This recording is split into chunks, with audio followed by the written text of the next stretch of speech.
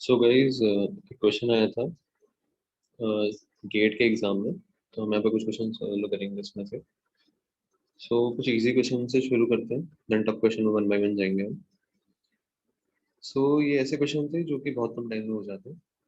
सो बहुत सारे लोग हम में से करके भी आए होंगे, बहुतों ने मे भी मिस भी किया होगा कुछ। तो हम ऐसे शुरू करते हैं पहले क्वेश्चन से। सो क्वेश्चन नंबर 11 था मेन पेपर में। इसमें क्वेश्चन में पूछा गया था कि अगर सपोज कीजिए आपको कैरेक्टरिस्टिक क्वेश्चन दी है एक 3x3 मैट्रिक्स की ओवर कॉम्प्लेक्स नंबर। ओके, सो ये उसे कैरेक्टरिस्टिक क्वेश्चन दी थी और उसमें पूछा गया, उसमें बताया गया था आपको कि alpha plus beta is not equal to zero है। और आपको पूछा गया था कि इन चारों में से कौन सा ऑप्शन क्या होगा, ट्रू होगा। चार आपको ऑप्शन दिए गए थे, इसमें से कौन सा आपका ट्रू होगा। सो एक बेसिक कॉन्सेप्ट होता है कि कोई भी कैरेक्टर इक्वेशन अगर आप कहते हो किसी मैट्रिक्स की, तो वो मैट्रिक्स जो होती है वो उस कैरेक्टर इक्वेशन को क्या करती है, सेटिस्फाई करती है। सो ये कॉन्सेप्ट है। सेकंड कॉन्सेप्ट, अब कैरेक्टर इक्वेशन सेटिस्फाई करेगी। एक चीज हमें यहाँ पे और चाहिए कि ये मुझे मैट्रिक्स एम है क्या जब हम इस ऑप्शन में इनवर्स की बातें कर रहे हैं, अगर आप ऑप्शन देखें तो इनवर्स इनवर्स लिखा है, तो क्या इनवर्स एग्जिस्ट करता है?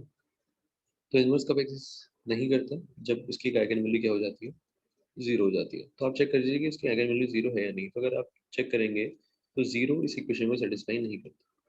तो इसका मतलब जीरो एक आइगन वैल्यू पॉसिबल नहीं है। तो अगर जीरो कोई एक आइगन वैल्यू नहीं है, इसका मतलब क्या है कि मैट्रिक्स आपकी इन्वर्टिबल है, तो हम एम इनवर्स की बात कर सकते हैं। इसीलिए यहाँ पर इनवर्स की बात की गई है। अब इसके बाद आप देखिए इस क्वेश्चन को सॉल्व करने का तरीका। तो कैरेक्टर इक्वेशन है एम की, तो एम इस इक्वेशन को क्या करेगा, सेटिस्फाई करेगा। देखिए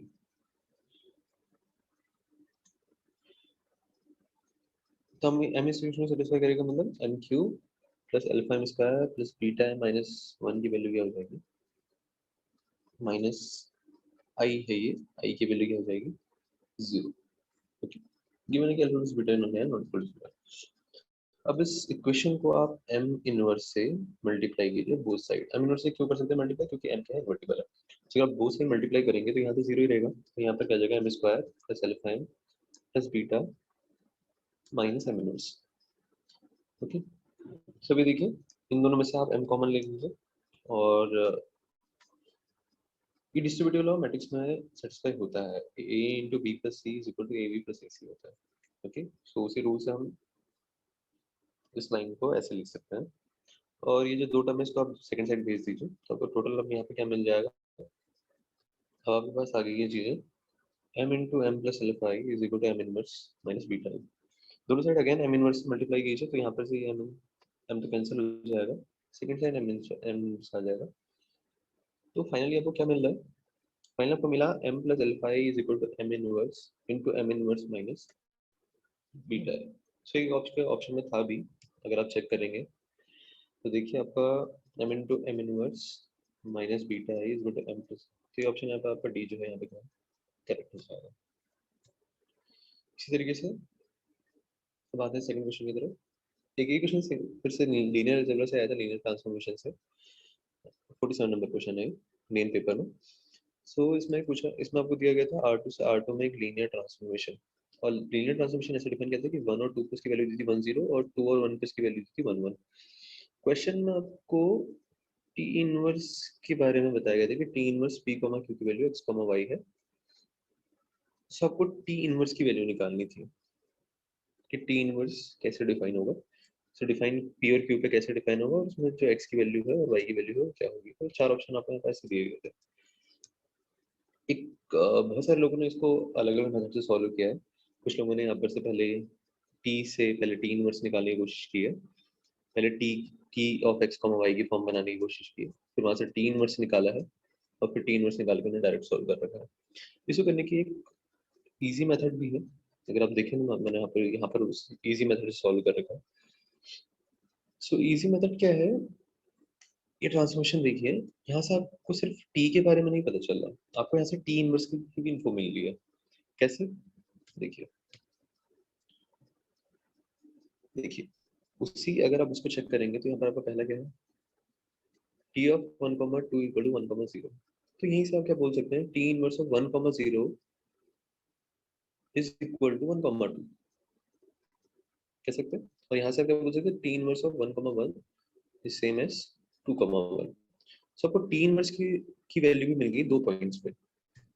तो उसी बेस पे हम यहाँ से सॉल्व इसका सॉल्यूशन स्टार्ट करेंगे। यहाँ पर 2 वैल्यू आ जाएंगी, टी इनवर्स ऑफ 1,0 की वैल्यू 1,2 और टी इनवर्स ऑफ 1,1 की वैल्यू 2,1। सो आपको क्या फाइंड करना है, T inverse P comma Q क्या होगा। सो यहाँ से आप बेसिक मेथड लगाएंगे, आपको पी कॉमा क्यू। अब ये देखिए 1,0 और 1,1 ये दोनों लीनियरली इंडिपेंडेंट है, तो this will form a basis for R2। Okay, so अगर R2 की बेसिस फॉर्म करेंगे तो कोई भी एलिमेंट पी क्यू सब a into this element plus b into the second element of the basis किस फॉर्म का होगा। तो यहाँ से आपको निकालना है कि p और q किस फॉर्म का रहा है। तो हमने इसको सॉल्व करके निकाला था, तो हमसे a की वैल्यू q आ रही है और b की वैल्यू p माइनस q आ रही है। तो फाइनली अगर देखेंगे तो ये देखिए p कॉमा q की वैल्यू जो आ जाएगी वो जाएगी q into 1,1 plus p minus q into 1,0। अब आपको कुछ नहीं करना है, दोनों साइड जो आपको लीनियर ट्रांसफॉर्मेशन है t उसको क्या कर दीजिए, जो आपको लीनियर ट्रांसफॉर्मेशन है टी इनवर्स उसको क्या कर दीजिए, अप्लाई कर दीजिए। जिससे अगर हम दोनों साइड टी इनवर्स अप्लाई करेंगे तो T inverse P comma Q की वैल्यू कितनी, टी इनवर्स क्या होगा लीनियर ट्रांसफॉर्मेशन का, क्योंकि टी लीनियर दिया गया है। So T inverse P comma Q की वैल्यू क्या होगी, Q into T inverse 1,1 plus P minus Q जो कि कांस्टेंट बाहर आ जा रहा है इंटू टी इनवर्स 1,0। तो ये दोनों वैल्यूज हमें क्वेश्चन में ही दी गई थी, हमने वहां से यहाँ पर डायरेक्टली पुट कर दी, Q into 2,1 plus p minus Q into 1,2। तो अगर आप इसको सॉल्व करोगे तो आपको यहाँ से क्या मिल जाएगा, p plus Q comma 2p minus Q. ये वैल्यू क्वेश्चन में पूछा गया था कि ये वैल्यू उन्होंने दे दी कि x कॉमा y है। तो यहाँ से x की वैल्यू क्या हो जाएगी, p प्लस क्यू हो जाएगी, y की वैल्यू क्या हो जाएगी 2p minus Q. So x की वैल्यू क्या है p प्लस क्यू, y की वैल्यू क्या है 2p minus Q. That is option B is correct. So देखिए अब इसमें नेक्स्ट क्वेश्चन कौन सा है, अगले क्वेश्चन को देखते हैं। सो एक और इसमें इजी क्वेश्चन, ये भी एक इजी क्वेश्चन था इस एग्जाम का। इसमें एनईटी टाइप क्वेश्चन था, न्यूमेरिकल आंसर टाइप। इसमें आपको एक मैट्रिक्स दी गई थी m जो 3x3 है, रियल मैट्रिक्स है। और आपको बताया गया था कि ये जो मैट्रिक्स है ये इक्वेशन सेटिस्फाई करती है, इसमें m स्क्वायर की वैल्यू 2m+3 है ये। और डिटरमिनेंट आपको दिया गया था -9 और ट्रेस पूछा गया था। जब भी किसी भी एग्जाम में कोई भी इस तरह की क्वेश्चन आती है इसमें डिटरमिनेंट और ट्रेस की बात एक साथ की जाती है, तो यहाँ पर आपको सबसे पहला जो गेस होना चाहिए वो होना चाहिए कि आइगन वैल्यूज के ऊपर। तो क्वेश्चन डायरेक्टली रिलेटेड होता है आइगन वैल्यूज से। किससे रिलेटेड होता है, आइगन वैल्यूज से।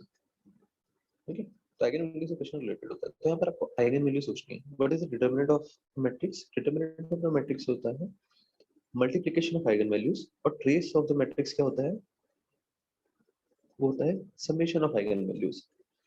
तो हम उसी तरीके से निकालेंगे।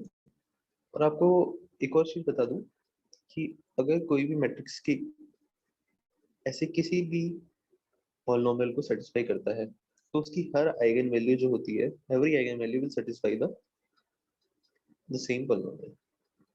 ओके, सो अब यहाँ से हम पॉसिबल, तो अभी मैंने क्या बोला, जो डिटरमिनेंट होगा वो होगा, जो भी डिटरमिनेंट आपको दिया गया है वो आइगन वैल्यूज का मल्टीप्लिकेशन होगा। मतलब every eigen value should divide the determinant. सब देखते हैं कि -9 की पॉसिबल डिवीजर क्या है। देखिए -9 की पॉसिबल डिवीजर क्या है, ये है -1 1 3 -3 9 और -9। सो इसी में से कोई 3 जो क्या होंगे वो आपके क्या हो जाएंगे, m की क्या हो जाएंगी, आइगन वैल्यूज। कोई भी 3 नंबर हो सकते हैं। तो देखिए हमने चेक, अब हमने क्या किया, हमने यहाँ पर देखा कि वो कौन से 3 नंबर है जो इस इक्वेशन को सेटिस्फाई करते हैं। ठीक है, आइगन वैल्यू है तो इसको सेटिस्फाई करना चाहिए। सो जब हम देखेंगे, सो माइनस वगैरह होगा, देखेंगे -1 का स्क्वायर इक्वल टू 2 -1 + 3 = 1। सो -1 जो है वो सेटिस्फाई कर रहा है, तो -1 यहाँ से आइगन वैल्यू आ जाएगी। जो 1 है वो सेटिस्फाई नहीं कर रहा है। -3 जो है वो भी सेटिस्फाई नहीं कर रहा है। 3 जो है वो सेटिस्फाई कर रहा है, तो 3 यहाँ से दूसरी आइगन वैल्यू आ जाएगी। तो पहली आइगन वैल्यू क्या होगी यहाँ से -1, दूसरी यहाँ से आइगन वैल्यू क्या होगी 3। तो हमें क्या पता है कि तीनों आइगन वैल्यूज का जो मल्टीप्लिकेशन है वो क्या है, -3, दैट इज योर डिटरमिनेंट। तो तीसरी आइगन वैल्यू डिटरमिनेंट की क्या आपको पता चलेगी 3। तो ये आपके पास क्या आ गई, 3 आइगन वैल्यूज जो है क्या, 3 3 और -1। ट्रेस क्या होता है, समेशन ऑफ आइगन वैल्यूज। तो तीनों को आप सम कर देंगे तो यहाँ से क्या आ जाएगा 5 आ जाएगा इसका आंसर।